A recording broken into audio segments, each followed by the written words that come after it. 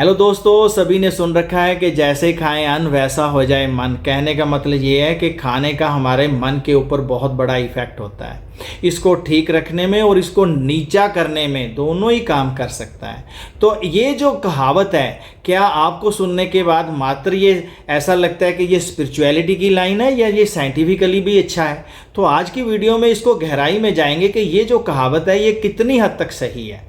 इस वीडियो में मैं आपको बताऊंगा कि वाइब्रेशनल एनर्जी क्या चीज़ होती है, हमारे मन की, हमारे बॉडी सेल्स की, खाने की। ये वाइब्रेशनल एनर्जी एक दूसरे के साथ कैसे कनेक्टेड है, क्या वाकई साइंस ने इसको प्रूव किया है या नहीं किया, और आज की ज़रूरत क्यों है? क्योंकि हमारे खाना, हमारा माइंड, हमारी बॉडी, तीनों लेवल पे वाइब्रेशन एनर्जी इतनी कम होती जा रही है कि हमें कभी भी कोई भी बीमारी अटैक कर सकती है। और आज के टाइम में हर बंदा डरा हुआ है, हर व्यक्ति डरा हुआ है और उससे बचना भी चाहता है। तो चलिए ये डिस्कस करते हैं कि खाना और हमारा मन, इन दोनों में क्या कनेक्शन है।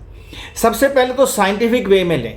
साइंस क्या कहता है? वो तो खाने को देखता है कि वेजिटेरियन है या नॉन वेजिटेरियन है, उसमें कितनी प्रोटीन्स हैं, कार्बोहाइड्रेट्स हैं, फैट्स हैं, फैट्स कौन से हैं, कितने इसमें मिनरल्स हैं, कितने विटामिन्स हैं, वो तो हम लोग तो एक साइंटिफिकली यही देखते हैं। लेकिन खाने में एक ऐसी चीज़ है जो दिखाई नहीं देती, सिर्फ महसूस ही की जा सकती है, वो है उस खाने की वाइब्रेशनल एनर्जी। वाइब्रेशनल एनर्जी को समझने के लिए मैं आपको बताता हूँ, हमारा जो सारा यूनिवर्स है वो एक्चुअली एक तरह की एनर्जी है। हम भी एनर्जी हैं, कोई सॉलिड है, गैस है, लिक्विड है, वो हर तरह की जो क्वांटम फिजिक्स है उसके मुताबिक वो एनर्जी है। तो ये जो एनर्जी है एक रिदमिक मूवमेंट में, एक रिदम के साथ चलती है, रुकती कोई एनर्जी नहीं है, एनर्जी चलती रहती है। मैं अपने बॉडी की बात लेते हैं, जिसके ऊपर अपने वीडियो बना रहे हैं। हमारी बॉडी में सेल, जो अपना हार्ट है, उसकी एक रिदम है। अगर वो बहुत तेज हो जाए तो भी गलत, कम हो जाए तो भी गलत। हमारा श्वास है 14 से 16 टाइम आता है, वो भी एक रिदम के मुताबिक चलता है। लेकिन जब हम स्ट्रेस में होते हैं या डर होता है तो यही श्वास तेज चलने लग जाता है और गहरा नहीं जाता, शैलो रहता है। मतलब ये भी एक रिदम है। मैंने एक वीडियो बना के दी थी सर्केडियन रिदम, वो भी हमारे इनर क्लॉक है, वो भी एक रिदम है, रोज 24 घंटे बाद वो रिपीट होता है। तो रिदम है। इस तरीके से हमारे जो बॉडी सेल्स हैं उनकी भी एक रिदम है। उस रिदम को वाइब्रेशनल एनर्जी कहते हैं। मतलब वो एक सेकंड में कितने बार वाइब्रेट करता है, वो वाइब्रेशनल एनर्जी है। जो बॉडी के सेल्स हैं उनकी ज़्यादातर 62 से लेकर 70, 62 to 70 इतनी वाइब्रेशनल एनर्जी होती है। अगर इससे कम होने लग जाए तो हमारे कोई भी बॉडी में बीमारी आ सकती है। जो कैंसर के पेशेंट्स हैं उनकी वाइब्रेशनल एनर्जी मात्र 25 रह जाती है। आप सोच सकते हैं कि कितना बड़ा लिंक है वाइब्रेशनल एनर्जी और हमारी जो बीमारी आने में। अब ये जो एनर्जी है बॉडी में, अपना मन जो है, खाने का और मन के साथ कनेक्शन है। पहले खाने का कनेक्शन अपने बॉडी के साथ देखते हैं अभी क्या है। उससे पहले बॉडी और माइंड का कनेक्शन सभी को पता है कि कितना ये गहरा है। क्योंकि कोई भी बात मन में आई, अच्छी आई तो बॉडी पे इफेक्ट अच्छा, गलत आई तो बॉडी पे इफेक्ट उसी समय सेकंड्स में गलत आ जाता है, हार्ट का रेट बढ़ जाता है। अब जो बॉडी है उस पर तो इफेक्ट आ गया। जो हमारे सेल्स हैं, जो बॉडी के सेल्स, उसकी वाइब्रेशन एनर्जी वो किस चीज़ के ऊपर डिपेंड करती है? वो बहुत सारे फैक्टर्स पे डिपेंड करती है। एक्सरसाइज पे डिपेंड करती है, मेडिटेशन पे डिपेंड करती है, योगा पे डिपेंड करता है, आप नेचर के साथ कितना कनेक्टेड हैं वो डिपेंड करता है। आप दूसरों की अगर सर्विस करते हैं, जनरसिटी के साथ आप रहते हैं तो वो बहुत बड़ा जो काम है। ग्रेटिट्यूड की फीलिंग के साथ रहते हैं तो वो उससे बहुत जल्दी जो है अपनी वाइब्रेशन एनर्जी है बॉडी की वो बढ़ती है। लेकिन एक फैक्टर और है जिसको आज डिस्कस करेंगे, वो है डाइट, हमारा खाना। दोस्तों मैं ये समझता हूँ कि आज के टाइम में कोई एक्सरसाइज करे या ना करे, योगा करे या ना करे, किसी के पास टाइम नहीं है, किसी का मन की सिचुएशन इतनी खराब है कि वो मेडिटेशन चाहते हुए भी नहीं कर सकता।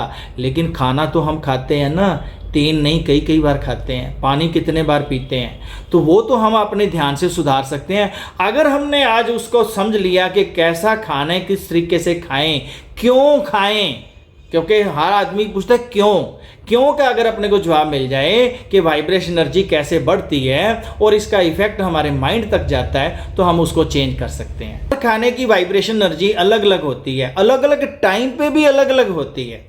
तो आज अपने 3 कौन से एक मतलब स्टेप्स हैं जहाँ पे हम लोग उस खाने की एनर्जी को, उस वाइब्रेशन एनर्जी को बढ़ा सकते हैं या कम होने से बचा सकते हैं। देखिए, सबसे पहले जो खाना हम खाते हैं वो कहीं ना कहीं खेत में पैदा होता है, उसके पहले बिजाई होती है, फिर वो खाना हमारे घर में आता है, हम उसको बनाते हैं, फिर हम खाते हैं, तब जाके उसका बॉडी पे या माइंड के ऊपर इफेक्ट होता है। जब बिजाई करते हैं उस समय हमारी इंटेंशन बहुत मैटर करती है।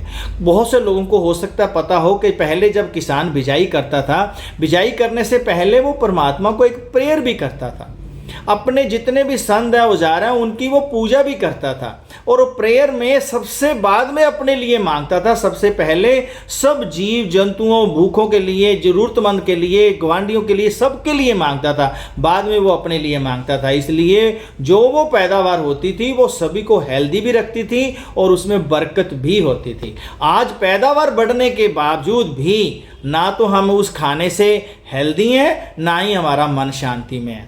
आजकल तो क्या है कि हम लोग पूजा तो करनी दूर, जब भी कोई किसान भाई जैसे ही वो ट्रैक्टर पे चलता है तो मूसे वाले का गाना चलता है, गन मार देंगे, झटक देंगे, जैसे भी है, जो भी है। सॉरी अगर मैं किसी की फीलिंग हर्ट नहीं कर रहा, मतलब मैं आपको बताने लगा हूं कि हमारा जो माइंड है जब वो उस म्यूजिक के साथ लगता है तो हमारे जो माइंड की सिचुएशन है वो चेंज हो जाती है, इंटेंशन चेंज हो जाती है।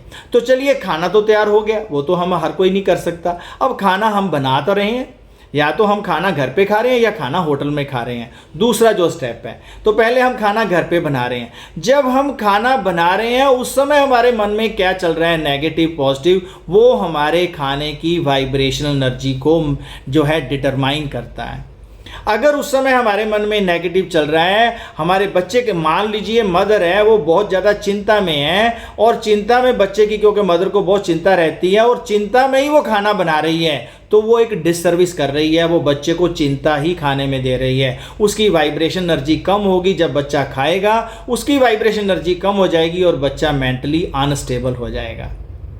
तो ये अगर मान लो यही खाना हम लोग होटल में जाते हैं तो जो शेफ़ है वो तो आप सोच सकते हो उसकी इंटेंशन क्या होती है। उसको तो ये होता है भी किसी भी तरीके से खाना टेस्टी बन जाए ताकि जो क्लाइंट आज आया वो दोबारा आए या अभी दोबारा मेरे को ऑर्डर मिले।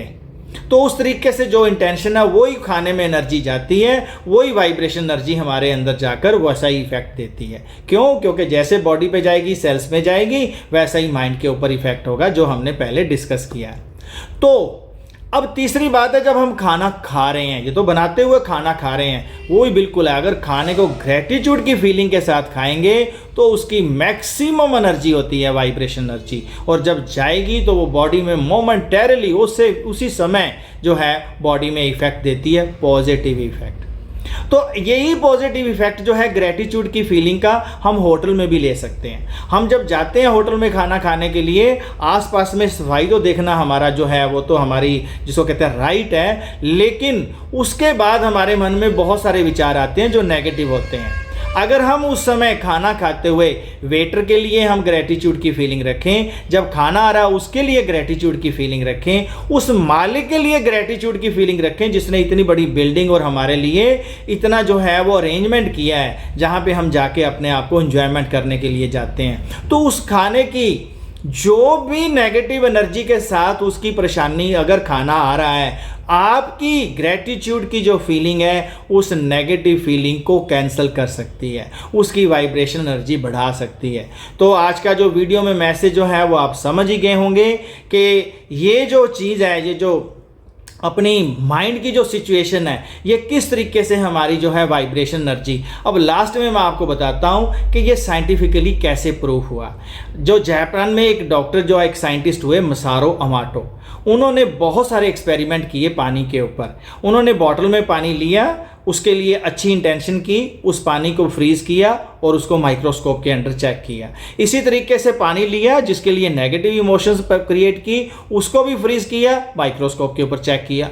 रिजल्ट्स जो थे वो बहुत ज़्यादा चौंकाने थे।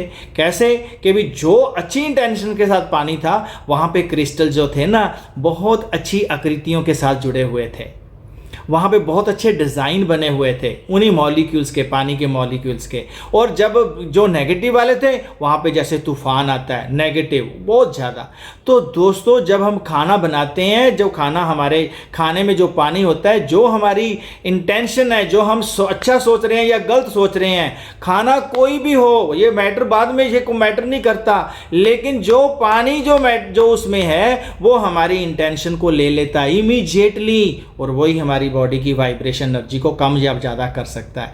वैसे भी हमारी बॉडी में भी 70% से ज़्यादा पानी है। हमारा ब्रेन है उसमें तो 80% पानी है, जिसने सारे बॉडी के फंक्शन को कंट्रोल करना होता है। अब आप समझ गए होंगे कि वाइब्रेशन एनर्जी कितनी इंपॉर्टेंट है, और इसको बढ़ाने के लिए हम खाने, बाकी भी जो है ध्यान रख सकते हैं, लेकिन खाने से बहुत बड़ा काम ले सकते हैं। मैं अक्सर कहता हूँ खाने को हम दवा का रूप भी दे सकते हैं, खाने को हम जहर का रूप भी दे सकते हैं, वो हमारे हाथ में है। तो दोस्तों वीडियो कैसे लगी? आप इसमें से कोई अगर पहले किसी स्टेप के ऊपर ध्यान रखते हो तो ज़रूर कमेंट में आप मेरे को बताना।